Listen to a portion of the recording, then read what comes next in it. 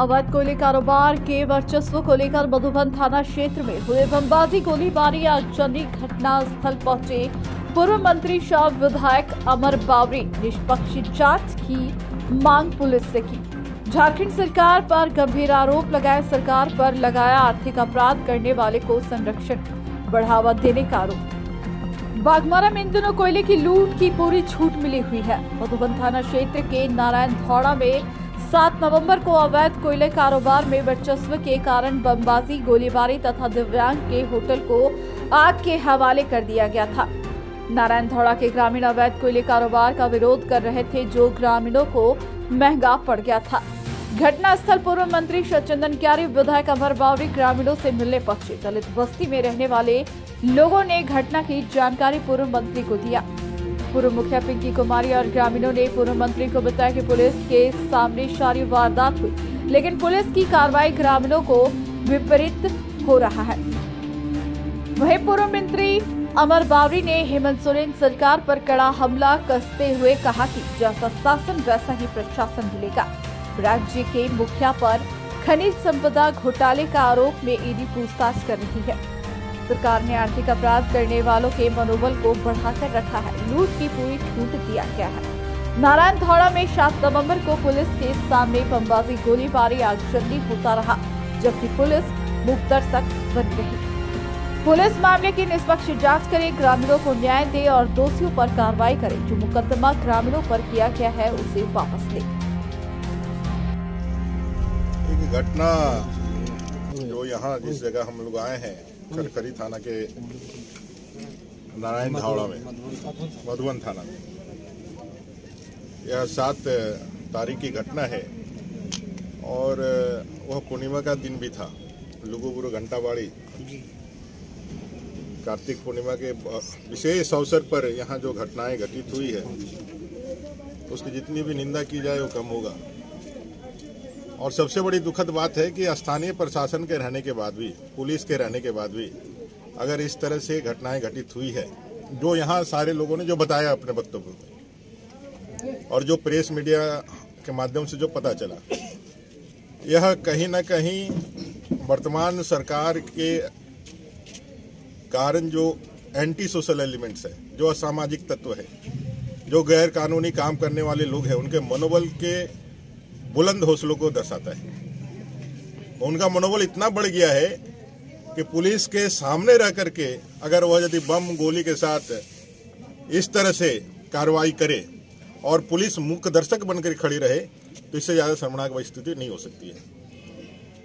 और ऊपर से जो पीड़ित है, जिनके दुकान जला दिए गए, जिनके घरों पर तोड़फोड़ की गई और जैसा बताया कि बम मार करके तोड़फोड़ की गई, उन पीड़ितों को दबाने के लिए इनके अगेंस्ट में एक काउंटर केस कर दिया गया और गंभीर धाराओं के साथ। यह और भी दुखद है। और मेरा ये कहना है स्थानीय प्रशासन से, यहाँ के पुलिस अधीक्षक से मेरी बात हुई थी और मैंने उनसे व्यक्तिगत रूप से कहा कि जो लोग हैं वो दलित, शोषित, वंचित लोग हैं, डेली खटने खाने वाले लोग हैं और किसी तरह अपने जीवन को चलाने वाले लोग हैं। उनके ऊपर इस तरह की घटना हुई है तो बाबा साहब के संविधान में इनकी आवाज़ बुलंद करने के लिए, इनके सम्मान की रक्षा के लिए, इनके जीवन की रक्षा के लिए संविधान ने पुलिस की ताकत दी है, जो कानून का रक्षा करता है। तो आपका ये नैतिक दायित्व बनता है कि भाई इन सबको न्याय दिलाइए। पुलिस अधीक्षक के प्रयास से चीजें थोड़ी सामान्य हुई है, जांच आगे बढ़ा है, जांच का क्रम आगे बढ़ा है, लेकिन इनको न्याय मिलना चाहिए और जो भी दोषी है उस पर कार्रवाई होनी चाहिए। वो कितना ही रसूखदार हो, कितना ही बड़ा हो, कितना ही पैसा वाला हो, लेकिन कार्रवाई के नाम पर जो छोटे लोग हैं या फिर निरीह लोग हैं, उनको फंसा करके इस घटना को हल्के में नहीं लेना चाहिए, नहीं तो घटना का बड़ा रूप भी हो सकता है। इसलिए स्थानीय प्रशासन को ये चाहिए कि इसका निष्पक्ष जांच करे, जो दोषी है उस पर कार्रवाई करे और इन लोगों के ऊपर जो झूठा मुकदमा दायर किया गया उसको अविलंब खत्म करे। विधायक जी, जो आर्थिक अपराध बोल रहे, सामाजिक जो अपराधी बोल रहे, उसको उपज कौन दे रहा है? क्योंकि प्रशासन अगर नहीं मिलेगी तो उनको छूट नहीं मिलेगी, ना कोयला चलेगा, ना अवैध रूप से लोहा चलेगा, ना बालू चलेगा। और धनबाद कोयलांचल की स्थिति से आप भी वाकिफ है, हर दिन सुनने को मिल रहा होगा। ऐसे में बीजेपी क्या कर रही है? आप बीजेपी में है, बीजेपी क्या कर रही है? हल्ला बोल तो चल रहा है, उससे क्या असर पड़ेगा? इस सरकार के ऊपर जो भ्रष्टाचार के आरोप लगे हैं और जिस तरह से यहाँ संसाधनों का लूट मचा हुआ है और बेतरतीब लूट मचा हुआ है, उसी के खिलाफ भारतीय जनता पार्टी हल्ला बोल कर रही। कल देखेंगे जब भी धनबाद में भी और बोकारो और बहुत सारे जिलों में इसके खिलाफ प्रदर्शन है। और जैसा शासन रहेगा वो सही प्रशासन रहेगा। अभी जो राज्य के मुखिया है, राज्य में जो जेएमएम कांग्रेस और आरजेडी की सरकार है, इन्होंने लूट की तो खुली छूट देख रखी है। और इसीलिए पहले भी मैंने कहा जो अपराधी तत्व है उनका मनोबल इतना बढ़ा हुआ है।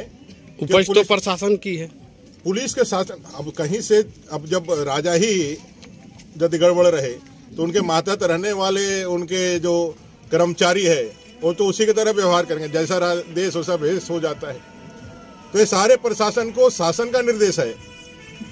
यहाँ के लोग जो शासन में बैठे हुए हैं वो जिलों की बोली लगा करके पोस्टिंग करते हैं, पदाधिकारियों की नियुक्ति करते हैं। नतीजा ये होता है कि जो प्रशासन है वो जनता के रक्षार्थ या जनता के सहायता के लिए, जनता की सुरक्षा के लिए काम ना करके अपने आकाओं को कमाने के लिए एक माध्यम बन करके उसकी संतुष्टि के लिए अपना कर्तव्यों को तिलांजलि देता है। उसी का नतीजा है ये जो पुलिस प्रशासन है, यहाँ का स्थानीय प्रशासन है, वो यदि सही मायने में ईमानदार होकर के अपने कर्तव्य का निर्वहन करता तो 7 तारीख की नारायण दौड़ा की घटना घटित नहीं होती।